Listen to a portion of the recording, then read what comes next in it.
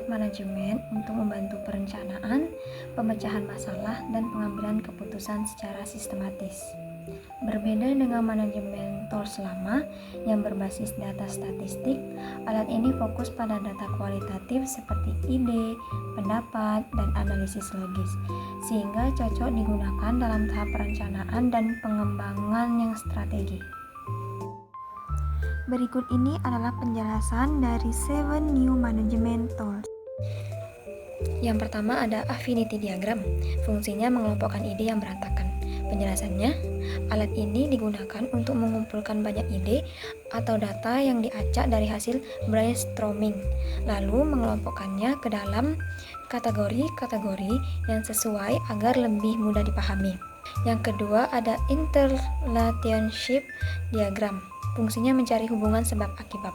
Penjelasannya ialah setelah ide dikelompokkan, alat ini membantu kita melihat hubungan antara satu masalah dengan masalah lainnya. Tujuannya untuk menemukan masalah mana yang menjadi akar penyebab paling utama. Yang ketiga ada tree diagram. Fungsinya memecahkan rencana menjadi detail, seperti pohon yang punya cabang. Alat ini memecahkan satu tujuan besar menjadi langkah-langkah kecil yang lebih detail. Jadi kita tahu persis apa yang harus dikerjakan dari tingkat atas sampai ke teknis bawah. Yang keempat ada matrix diagram. Fungsinya melihat kaitan antar kelompok, biasanya berbentuk tabel. Alat ini digunakan untuk melihat seberapa kuat hubungan antara dua hal yang berbeda.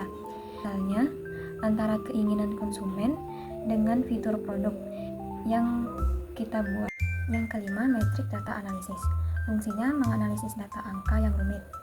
Ini adalah alat yang paling teknis karena menggunakan perhitungan angka. Gunanya untuk memetakan data numerik ke dalam grafik sehingga kita bisa melihat pola atau kelompok mana yang paling menonjol. Yang keenam adalah Process Decision Program Card. Fungsinya antisipasi kegagalan. Sebelum rencana dijalankan, PDPC dilakukan untuk menebak apa yang mungkin salah. Kita menetapkan risiko dan langsung menyiapkan rencana cadangan agar proyek tidak gagal di tengah jalan. Yang ketujuh ada raw diagram. Fungsinya mengatur jadwal dan urutan kerja. Alat ini digunakan untuk menyusun urutan tugas secara kronologis.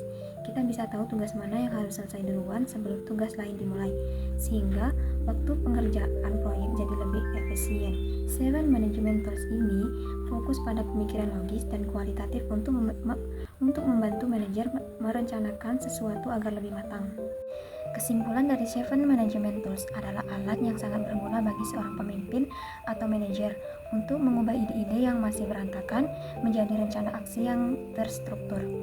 Dengan alat ini, pemecahan masalah tidak lagi berdasarkan tebakan, melainkan berdasarkan logika dan perencanaan yang matang.